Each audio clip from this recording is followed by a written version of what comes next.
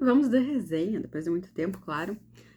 Terminei uma leitura aqui que eu acho que merece uma atenção especial, que é o livro O Segredo Final, do Dan Brown, que é tido como a última aparição do Robert Langdon. E eu acho que a gente tem umas coisinhas para conversar sobre isso, porque é uma aparição extremamente passiva. O Segredo Final se passa em Praga.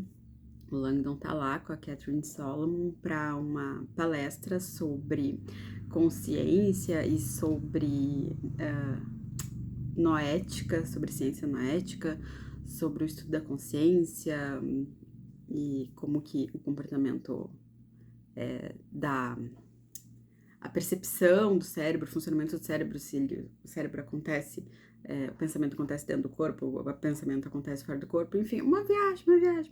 Mas tudo bem, isso a gente não entra no caso, porque são coisas que estão sendo estudadas, enfim. O que a gente precisa perceber aqui? Aqueles fãs do Robert Langdon que aparece lá no Código da Vinci, que aparece lá atrás, com um personagem mais ativo, um personagem extremamente participativo. O Langdon, ele simplesmente ele acompanha durante esse tempo em Praga os acontecimentos. Ele é um cara extremamente azarado, né? Porque ele se mete em grandes problemas, em grandes situações. Mas eu vejo ele aqui como um personagem que ele vai resolver uma questão no início ali, a questão de uma senha no início, e ele vai dar alguns outros palpites muito pontuais, mas ele fica muito em segundo plano, ele fica muito fora da vivência real da história, do enredo real da história, totalmente desnecessário para esse acontecimento. Então, assim, não espere um grande Robert Langdon, é uma história sobre uma base americana que está sendo construída em Praga, no subsolo de Praga, num antigo abrigo de proteção nuclear e tudo mais. E aí, o que a gente precisa ver aqui no Segredo Final? A gente tem um grande personagem que ele é misterioso ali, talvez no início ele fique um pouco abstrato demais, porque a gente vai ver ele, a descrição inicial desse personagem, ela é um pouco abstrata, a gente tá vendo ele como um personagem, ele é um ser, ele é uma figura mitológica, ele é uma figura que não existe na vida real, enfim, é um livro de ficção, tá. Mas é que ele é um ser muito mitológico pra gente estar pensando dentro de uma cidade, mas aí as coisas vão se explicando ao redor do tempo. O tempo cronológico dessa história é menos de 24 horas, assim. As coisas vão acontecendo, elas começam na palestra na noite anterior, e elas vão acontecer de manhã, tudo acontece muito rápido. O dia, ele é todo conectado, por uma coisa vai levando a outra e eles não param em momento algum, mas ainda assim ele é um ritmo lento de livro. Não sei se vocês conseguem perceber, assim, é muita ação, é o tempo todo, alguma coisa vai estar acontecendo com algum dos personagens, então a gente tem um policial, a gente tem uma embaixadora americana, a gente tem o Langdon e a Solomon, o editor dele em Nova York também tá acontecendo coisas ao mesmo tempo com ele, e ainda assim é um livro muito lento.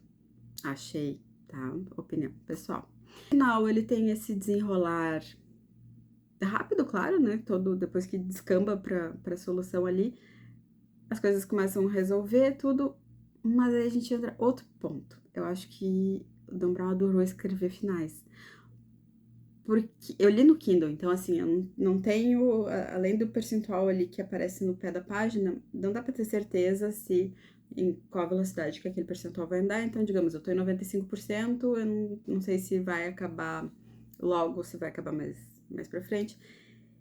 Então, é uma sensação que eu não tenho de tamanho, né? De sensação física do livro, a sensação de quanto falta para acabar. O que acontece é que termina um capítulo, é como se as luzes se apagassem, a história baixa o ritmo, começa de novo. Próximo capítulo. E ararara, apagam-se as luzes, puf, começa de novo. E aí vai, eu acho que assim, deve ter uns 5, 6 capítulos de final. O livro poderia acabar aqui, o livro poderia acabar aqui, o livro poderia acabar aqui. Às vezes a gente fala assim, nossa, esse final ficou aberto, ou nossa, pô, o autor faltou escrever um final. Aqui o Dan Brown escreveu uns 5, 6 finais possíveis, assim, e poderia ter acabado sempre em qualquer um deles, que ia dar tudo certo, que ia estar tudo muito bem, que ia estar tudo funcionando lindamente, né? Vários. Acabou. Não, não acabou. Não acabou, tá? Outro tópico, a gente tem uma dica de filme aqui para acompanhar, que o próprio Dan Brown menciona no texto, que é o filme Estranhos Prazeres, de 1995, com a Juliette Lewis, e é um filme que trata mais do enredo que trata do enredo do livro, na verdade, muito parecido com o enredo do livro, e então ele não é uma coisa grandiosamente inovadora, esse conceito todo que eles tratam. Eu não vou entrar no ponto do que é abordado, porque faz parte da construção camada a camada da história. O que o livro, o que a Solomon tá pesquisando sobre o que ela escreveu, enfim, tudo isso são construções de camadas da história, tá? E aí, esse livro, Estranhos Prazeres, ele tá no Prime, mas para estar no Prime precisa assinar outra coisa, porque o Prime, na verdade, ele é um grande hub de assinaturas. Então, a gente assina o Prime, mas precisa só para poder ter acesso para assinar outras coisas, né? Então, eu quero assistir ainda Estranhos Prazeres, mas a premissa é muito perto da história. É um equipamento no filme que faz com que as pessoas sintam e vivenciem as memórias de outras pessoas, tá? Então, assim, é um filme, um cyberpunk que tá ambientado na virada do milênio ali, em que todo mundo esperava que o mundo ia acabar. E aí o Dan Brown, ele traz como referência isso. E aí, se a gente for olhar, dentro das outras, do que ele traz como equipamentos, enfim, o que acontece nessa base americana, a gente tem também um pouquinho da premissa do filme, tá? Então, em paralelo, não é nenhum tópico inovador, não é nenhuma coisa assim, mas é muito abstrato. São conceitos extremamente abstratos. Quando a gente fala sobre consciência, sobre cérebro, é uma coisa que a gente vai ficar pensando. Na verdade, eu acho que os momentos em que a Catherine vai explicando, que a doutora Solomon vai explicando sobre a pesquisa dela e sobre o que estava acontecendo e tudo mais, a gente fica pensando. É isso? Imagina, então... Mas a gente tem uma praga muito bem ambientada, a gente tem os lugares que aparecem no livro, a gente consegue o bastião, a biblioteca lá onde eles ficam presos, tem mais outro. No final que eles vão ter um encontro com a embaixadora num determinado local, assim, isso nada de spoiler, entendeu? É só sequência de cenários. Então, tudo isso, e a gente sabe que o Robert Langdon não vai morrer, então não existe spoiler nisso, de que ele aparece no final do livro, né?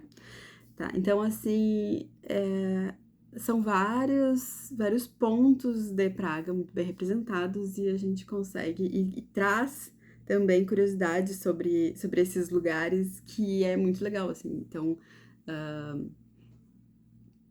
coisas que a gente consegue pesquisar e voltar no livro e tem muito a ver, está de acordo com a realidade, tá? Vou trazer aqui uma citação. O medo nos torna egoístas. Quanto mais tememos a morte, mais nos agarramos a nós mesmos, a nossos pertences, a nossos espaços seguros, a tudo que é conhecido. Passamos a manifestar mais nacionalismo, racismo e intolerância religiosa. Desafiamos a autoridade, ignoramos os costumes sociais, roubamos dos outros para prover a nós mesmos e nos tornamos cada vez mais materialistas. Até abandonamos nossos sentimentos de responsabilidade ambiental, seguindo a lógica de que o planeta é uma causa perdida e que já estamos todos condenados. E com isso, a gente tem a resenha do Segredo Final, do Dan Brown. Leitura 27ª de 2025.